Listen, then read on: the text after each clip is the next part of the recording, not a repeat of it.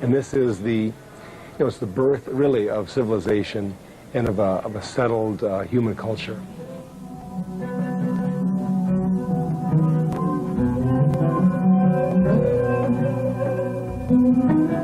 Civilization exists when people can pursue the arts, pottery making, singing, dancing. We have evidence of all of this from the earliest Neolithic throughout Old Europe.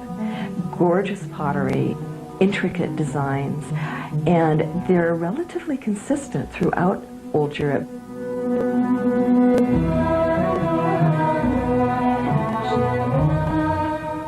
Marija's belief, which I happen to agree with, is that this artistic aesthetic was interwoven with their religious beliefs.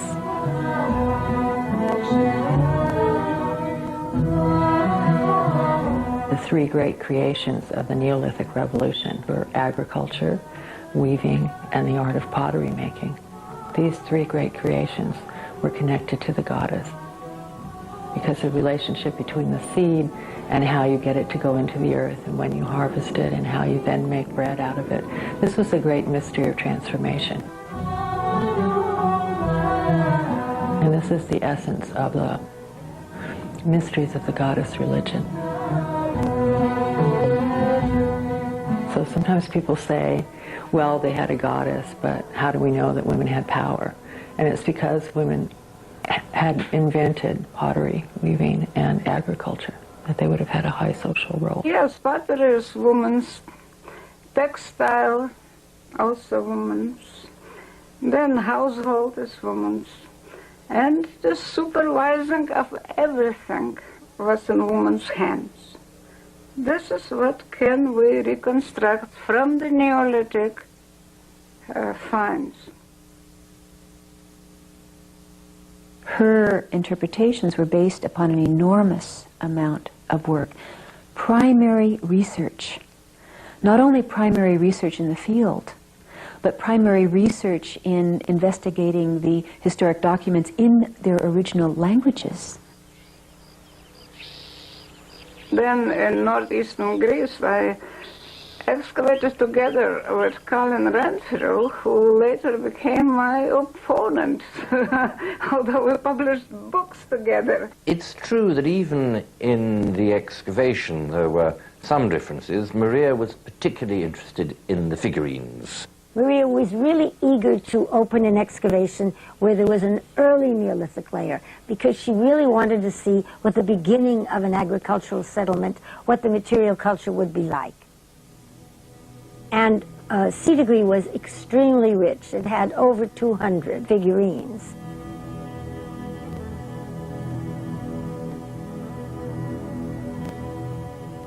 In the very beginning, it was still not very clear to me what are these figurines, why there are so many.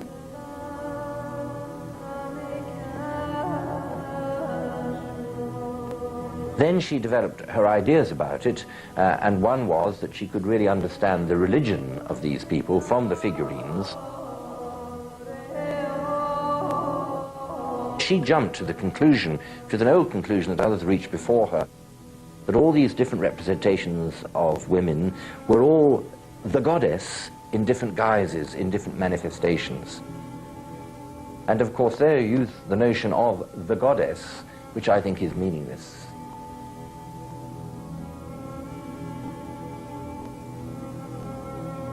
Now, once you get on that, once you insist every time you see a figurine of a woman, you say, well, it's the goddess. And if you point out it's very different from that one, well, it's a goddess under a different manifestation, that is no methodology.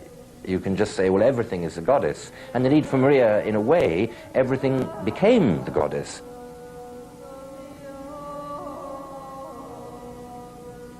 Early religion to Marija was not about sacred texts or dogmas, but about the great creative powers embodied in the natural world, the interwoven patterns that tie the universe together: birth, growth, death, and regeneration. Marija's view of the goddess, she would say it with emphasis, She would say it's not about fertility, it is about regeneration. Always out of every death there's a rebirth. Always after an ending comes a new beginning. It's the organic flow, it's the organic cycle. So that's what she was talking about. What Maria really did, and I believe this absolutely, whether I go along with all of her ideas or not, she set the agenda. She started to write about the figurines when there were two other people who had written about the figurines. And nobody was writing about the figurines because they didn't know what to say. And she wrote about them, and she said all these things, and for a while there were very few reviews because the reviewers didn't know what to say. But she set the agenda, and it's caused all this scholarship, and she loved that. She absolutely loved that. You have to remember that all historians of religion don't know very much about the deep religious past, and that much of what historians are talking about as the history of their own religions in the deep past is a great deal of conjecture. So why not have these sets of conjectures for us to think about? She had folk ideas about religion and not just theologians' views or historians' views of what was important. She had common people's views. And in the common people's view, the small figurines, the small statues, the presence of divinities in daily life is much more prominent. But our scholars don't even know how to think about that.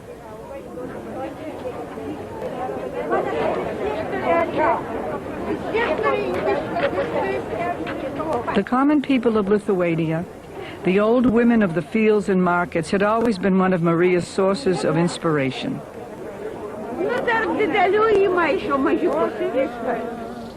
In the homes of country people, with their pottery, weavings, and carvings, Maria in her youth had seen many of the patterns and designs she would later find in the artifacts of old Europe.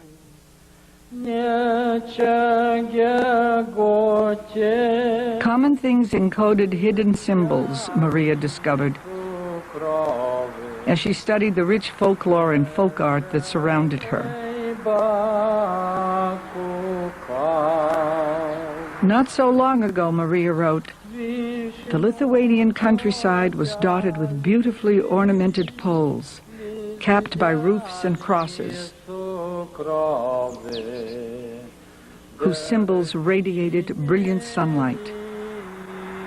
They rose from the earth as the folk song had risen out of religious beliefs. Under the Soviets, Maria's early works documenting Lithuanian folk culture and symbolism were considered subversive and banned. But beginning in 1968, after 2 decades of exile, she was able to return home as a visiting lecturer at the University of Vilnius. In 1981, she came for 3 months. Her lectures helped inspire the Lithuanian resistance with a sense of their own rich culture, and throughout her lifetime, she continued to return to her homeland.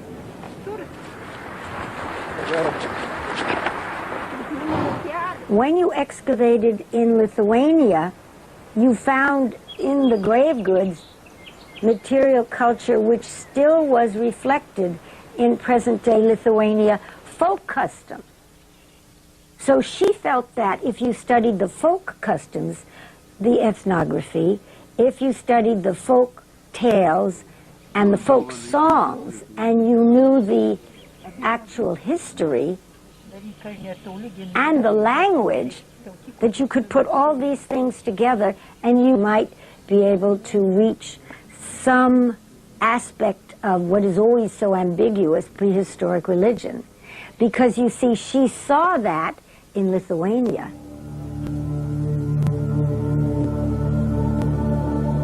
The religion of old Europe changed radically towards the end of the 3rd millennium. Horseback riding peoples from the Russian steppes Maria called kurgans swept across Europe in 3 great waves of invasions over several thousand years. And that collision is reflected everywhere, in mythology and in language. Villages are often fortified. You also have class stratification. Some people's grave is big, loaded with loot, loaded with stuff, beautiful museum pieces, and some people's graves aren't. You've got some people that are rich and some people that are poor.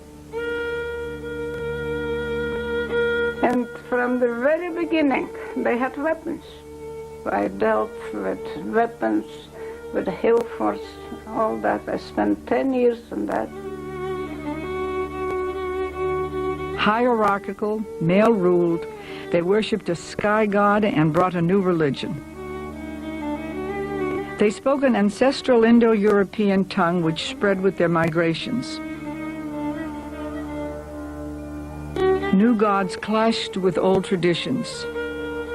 This collision of cultures transformed the old myths and values and changed the heart of old Europe. If you read the epics, if you look at the art, if you look at what's on the pottery, look at the writings of Homer, what you can see there is that there was a conflict between the old earth deities and the sky deities. There should be nothing surprising in what she's saying. She's just kind of proven what many people had speculated about during the 19th and early 20th century, and she put that old European society on the map. She showed us that it was really there. From the mythic world of old Europe, Marija's life journey took her into the world of the scientist, where her early works on the Bronze Age established her reputation as a world-renowned scholar. Here at the Pacifica Institute in Santa Barbara, her archives are preserved. Marija's later works on the Neolithic pioneered the discipline of archeomythology, bringing together studies in archaeology, folklore, ethnology, linguistics, and mythology. Interpretations from one field could be checked against the evidence of other fields. She also spoke about her satisfaction when the various disciplines would line up and give the same picture of what she was looking at. And she said, that's my satisfaction, to find out what this means. In her lifetime, she published hundreds of articles and 20 major books, translated into many languages. As archaeology restricted its focus to statistics and material culture, Marija broadened hers.